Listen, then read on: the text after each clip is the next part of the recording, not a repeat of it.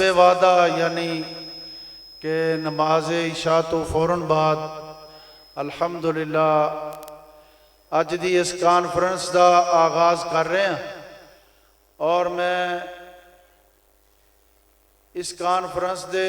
इफ्तिताह के वास्ते दावत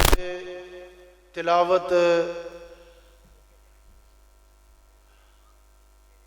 मोहतरम जनाब कारी वकास साहब उन्होंने दावत देना वा कि वह आन तशरीफ लियान और तुहानू कुरान मजीद की तिलावत सुनान।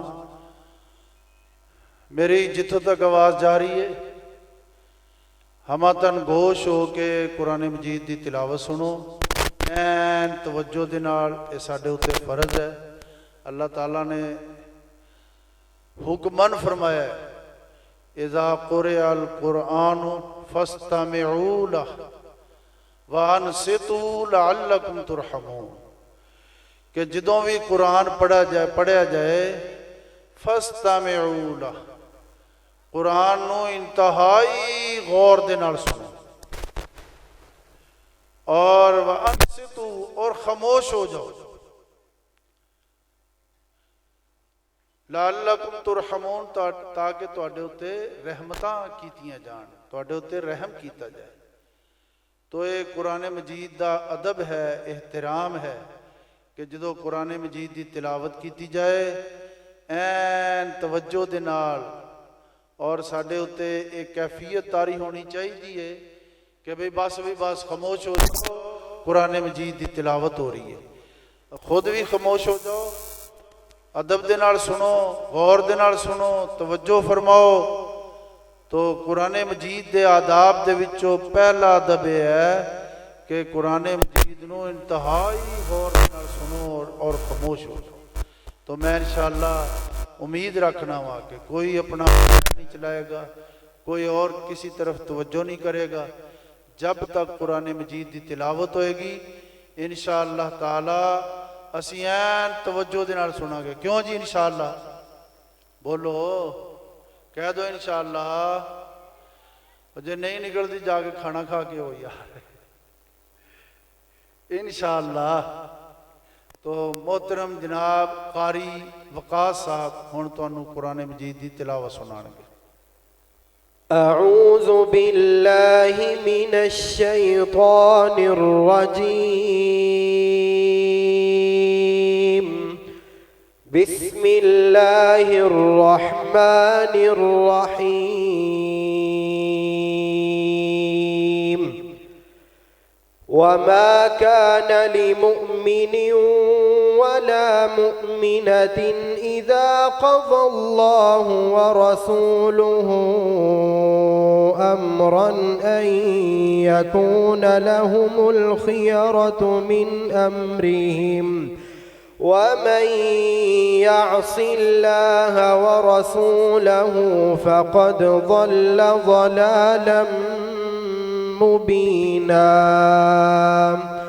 वइज़ तक़ूलु लिल्लज़ी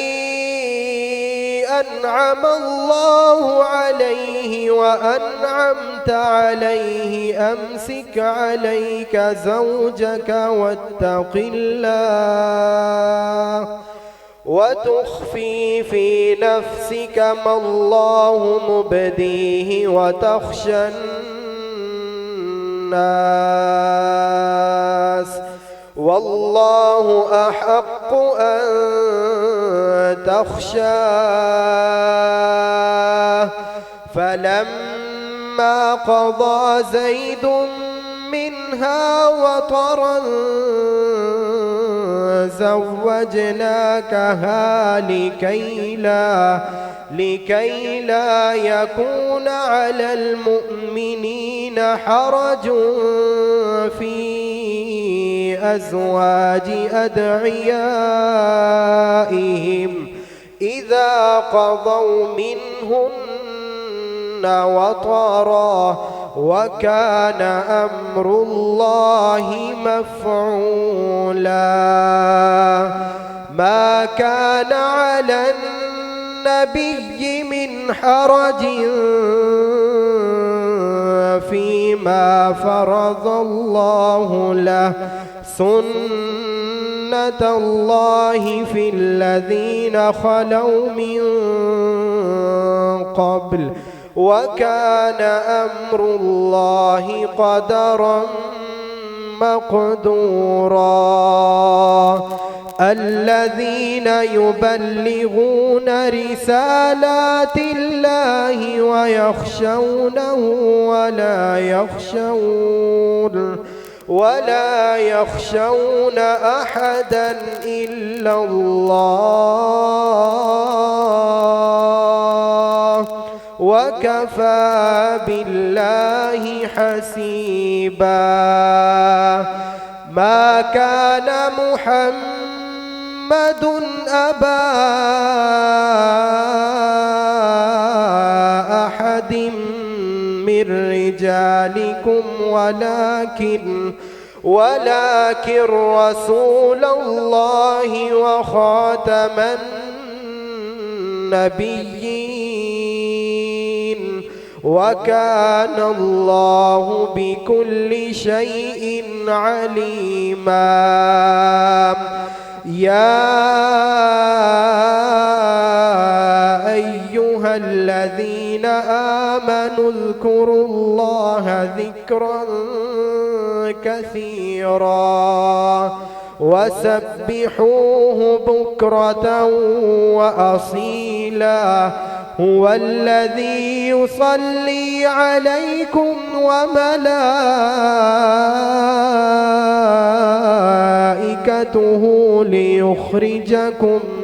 ليخرجكم من الظلمات إلى النور وكان بالمؤمنين رحيما تحيتهم يوم يلقونه سلام وأعد لهم أجرا كريما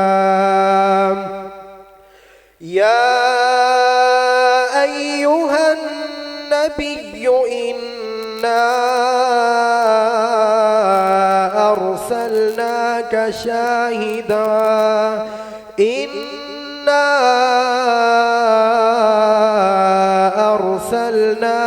شاهدا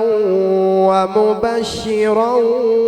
ونذيرا وداعيا إلى الله بإذنه وسراجا منيرا وبشر المؤمنين بأن لهم من الله فضلا كبيرا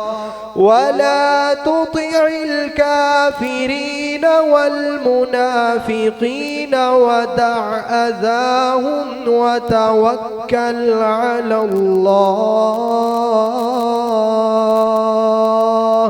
وكفى بالله وكيلا صدق الله العظيم.